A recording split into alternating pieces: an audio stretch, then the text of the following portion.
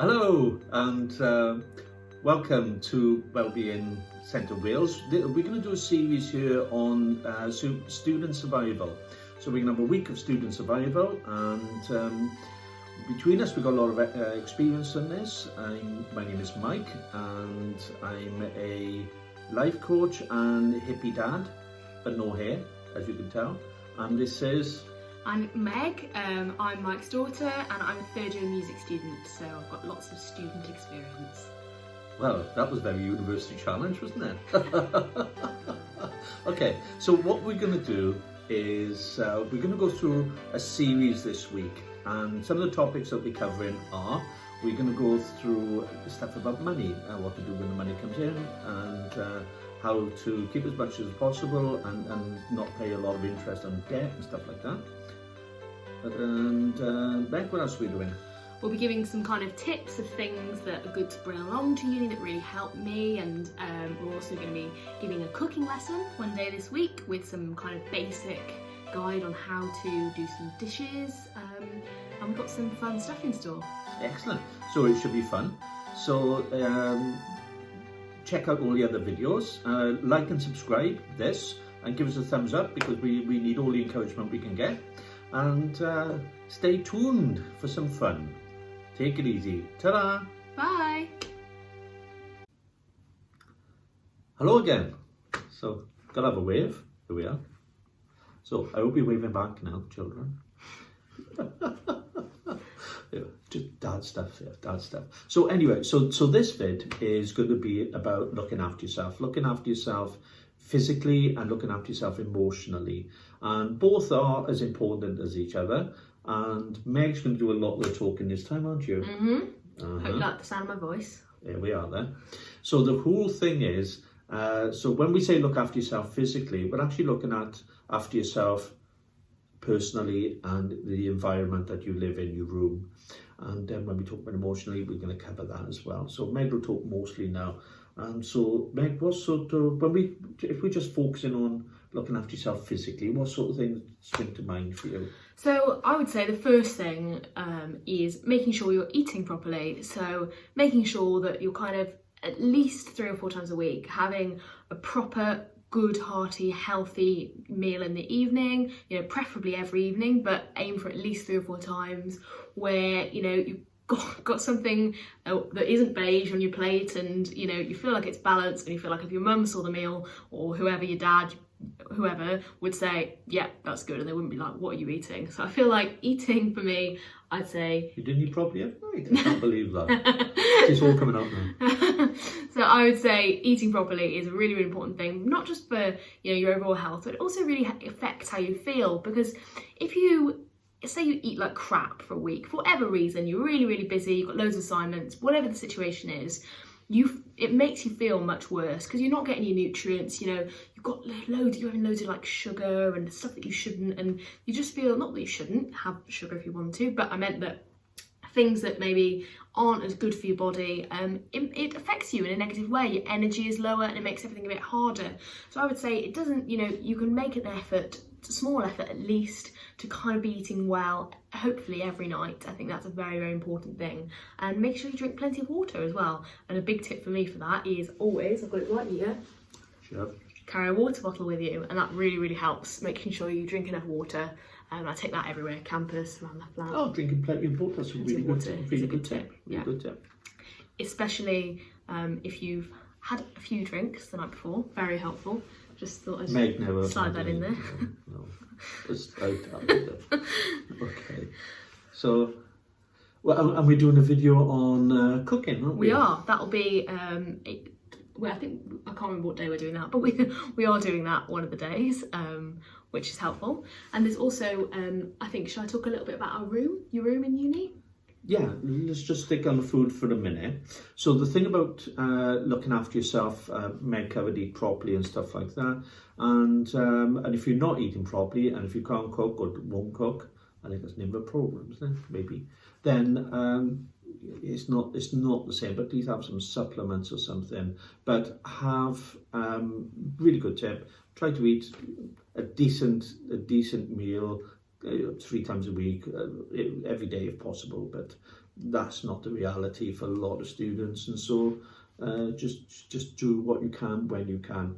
And if you are starting to feel a bit low in energy, just having a boost with a sugar item or caffeine might lift you up temporarily, but then you come back down. So if you are feeling a bit low, then just look at your diet and just see, what am I eating and what can I do about that? Okay, yeah, top of the room. Definitely. So I think something very important when you go to uni for the first time is making sure that you keep your space clean, because I mean, you've probably in the past, and you might have had to clean your room, whatever the situation is. You might have done more, you might have done less, but when you come to uni, if you don't do things, there's nobody saying, yeah, do that, or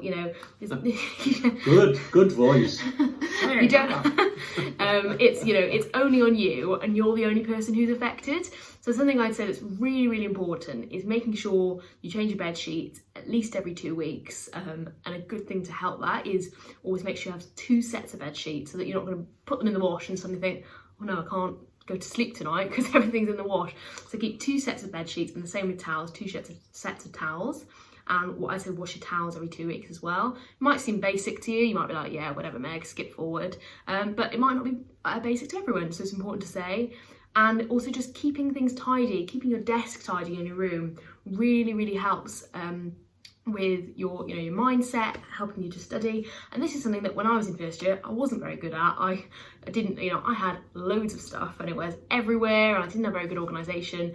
And then it makes it much harder to study because you're distracted and it's not a very good, clear workspace. So just kind of take a bit of, care in the room and make it how you like it, and make sure it's comfortable and nice, and, put some photos up if you want to, or if you don't, that's fine. But just make it feel a little bit like your own. I think that helps you settle in a lot and makes it feel less like, a random room somewhere, more like your home. So I think that's important. That's really good. What about taking something from home? Taking something from home is really important. Make sure they know before you take it. But something nice. Not like a telly or anything like that. Something nice on your bedroom or your house that just reminds you kind of maybe of home, of your mum. You could take your favourite bedding sheet set, or you could take a lamp that you normally have in your room. Just something that makes it feel a little bit homely. And I think it's just a nice touch, and you want to make your room a place that you want to be in. It doesn't want to just be somewhere that you stop to sleep, because that's what kind of that can affect you. And I just want to say as well, something I think is very important is that even if your room is a little bit of a state, really work hard to keep the communal space, your kitchen, in a good state. Making sure you do your washing up regularly, you clean down the surfaces, because it goes a long way to making your other flatmates, you get on much better, there's less tension, there's not people thinking, oh God, I wish you'd wash up or whatever. So I think that is something that's very important. And if everybody's pulling their weight, then you can have a really lovely kitchen environment. It doesn't have to be like a stinky hole of a kitchen where there's plates in the sink that are that high. And I think just do your bit as well, I would say. I'm starting to worry now. No. Plate Jenga.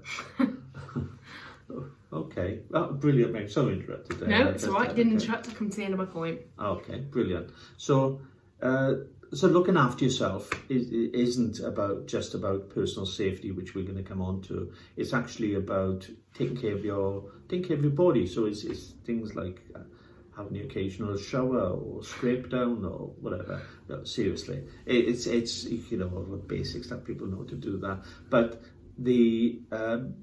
when I went away for the first time, which I got a long memory, so I could just about remember this. So I went away for the first time. It's amazing because you can just reinvent yourself. Nobody knows you. You can do what you want, and you start making your own habits. And so everything becomes a habit. And if you, like Meg was saying, the first year, she was distracted. I'm distracted by shiny things. So if you're distracted by something, then of course you're not going to work there, and it gets on top of you and everything else. And so try and keep something, one area, even if you can only manage one area neat and tidy. That's brilliant, because that'll just really help with the rest of it. And if you can't bring something from home, then it'll help you fit in it'll help you to be in this new environment, because the first time everybody, whether they're in uni or in the army, in the armed forces, or left home for a job, or whatever the situation is, the first time you're away from home for an extended period of time, and then you're looking after yourself and you have to take care of yourself, it does seem a bit daunting. And do you find some sort of pressure? Oh, definitely. I think as well there's this kind of idea that everybody knows what they're doing, and that everybody, is sorted and knows exactly how to do everything, and that's just not the case at all. It's just that people don't often want to admit that they're struggling a bit, and I think there's always going to be something that you might get wrong. Not necessarily, you might be perfect. If that's you, good for you. But there's going to be... That wasn't me. Nor me. There's going to be something small that you get wrong, and it doesn't matter, and it's never too late to start a new habit. And if you think as well, you look around your room and say you don't think it feels like home, you can change that at any point. Even if you only have a week left of term, it's not too late to put some fairy lights up if that's what floats your boat. But I think that's very important. But it's not too late. Yeah, brilliant. There we are. So that's a little bit about looking after yourself as far as food, nutrition goes. It's a little bit about looking after your environment, making sure that you change your bedding at least every other week, and change wash your towels every other week as well, and keeping it as tidy as you possibly can. And it's easier to find things when they put away. Now, I know I'm sounding a bit like a dad, but then I am a dad, so sort it out. But seriously, and then that brings us on then to the next bit. The next bit is personal safety. So we're not touching emotions yet, we're still on personal safety. And so this is things like stranger danger, like we tell kids and stuff, isn't it? So what have we got to say about that? About like areas that, So I'd say pretty much whatever city you're in, there's going to be what I would call dodgy areas. I don't think there's a single city that doesn't have a place that's a bit like that. But I think it's just kind of using your common sense and following your instincts, which I think Dad will touch on a bit more. If you feel like an area, you go to take a shortcut across a park or something, and then you think, feel like I shouldn't really be here, turn around, go back on the main road, even if it takes you 10 minutes longer. It's worth it. And also try and find out when you move into uni if certain places have a reputation for being a little bit more kind of, I'm going to say dodgy, that's not quite the right word, but if you find out in the beginning of the year that there's one place that doesn't have a great reputation, just make sure, be sensible, don't go there at night on your own. And I would say there's not, and I would say most parts of the city, unless it's kind of a main road, you don't want to be really walking down side streets on your own at night. If you do, that's your choice, whatever. But just kind of, I would say, use common sense and trust your instinct. If you think something doesn't feel right, it's probably not. So just walk away and you'll probably be fine. None of my friends have had kind of any issues with that aspect of safety in uni, but it's just, I think, because you use common sense, and I think you have to do that because you are on your own in a new city, and there's not a big sign saying don't come in here, there might be a naughty stranger lurking in the shadows. It's not, that'd be a good sign to have. That would be a good sign to have. It's just, you just have to trust yourself. I take those words. But I think that wraps up what I was going to say. Yeah, that was fantastic, mate. Really smart, brilliant. Yeah, and I totally agree. I want to just echo something Meg was talking about trusting your instincts. So if you feel that something isn't right, you're getting that feeling for a reason. So trust that, learn to trust that in your life. And if you've got a car or a bus or you're into a taxi, and it's much quicker to just nip down this alleyway or go past something that isn't quite right, don't do it. Just, even if it takes longer, be safe, stay safe. And especially if you're on your own, if you're with a bunch of people, it might be slightly different. But even if you're in a nightclub and you're talking to somebody, or you're even just a pub and you talk to somebody, and there's something about them, they may seem charming and nice, and there is something about them that just makes you think, I'm not quite sure about this situation or this person. Trust that, regardless of anything else, regardless of whether you fancy them or not, or whether they are charming or lovely, male or female, doesn't matter. But if there's something about someone that you're just not sure about, then listen to that and just sort of get yourself out of that situation somehow, back off somehow. And it could, maybe it's because the reason for that, maybe it's not them, maybe they are nice people, but they might have a bunny boiler X waiting outside with magnifying, with binoculars looking at, oh, they talking to an egg, and have a little word with them. So you don't know, okay, I'm being silly about this, but I'm being silly so you'll understand that it may not be that person, it may be something associated with that person. So, because you don't know, and how do we know? You don't know. So what I'm saying is, trust your instincts. Trust your instincts with people, trust your instincts with the routes that you walk down, trust your instincts with taxis that you get into, and just generally just trust your instincts, because there's an old saying which is first thought, right thought. So generally our first thoughts about situations are normally right. That's brilliant, I think. And just a little tip that I've kind of found through uni, if ever you're in a situation where you think, say you might be waiting for a bus or something, and you think, I'm not 100% comfortable here for whatever reason. It might be there's someone at the bus stop, it might be that you're on your own, whatever the situation is, try and have somebody, whether that's a friend, whoever it is, that you can call in that situation, not to come and get you or call the police or anything like that, but because often I think being on the phone makes you feel more comfortable. I think if there might be someone, it might put them off a little bit, but it also just helps, I think. And with my friends, even if my friends rang me at 3 a.m. in the middle of the night and they didn't feel happy, I would always be happy chatting to them until they got on the bus, for example. And I think, so maybe just say to one of your friends, and you could do the same for them, if you ever feel in a situation, know you can always ring me. And I think it helps to know as well that you have something that you can do if ever you're in a situation where, and I'm not saying, like a major situation, but you just might not feel 100% comfortable. Okay, that's wonderful. Well, what we'd like you to do, we'd like you to interact with us somehow, and you can best do that by giving us a comment.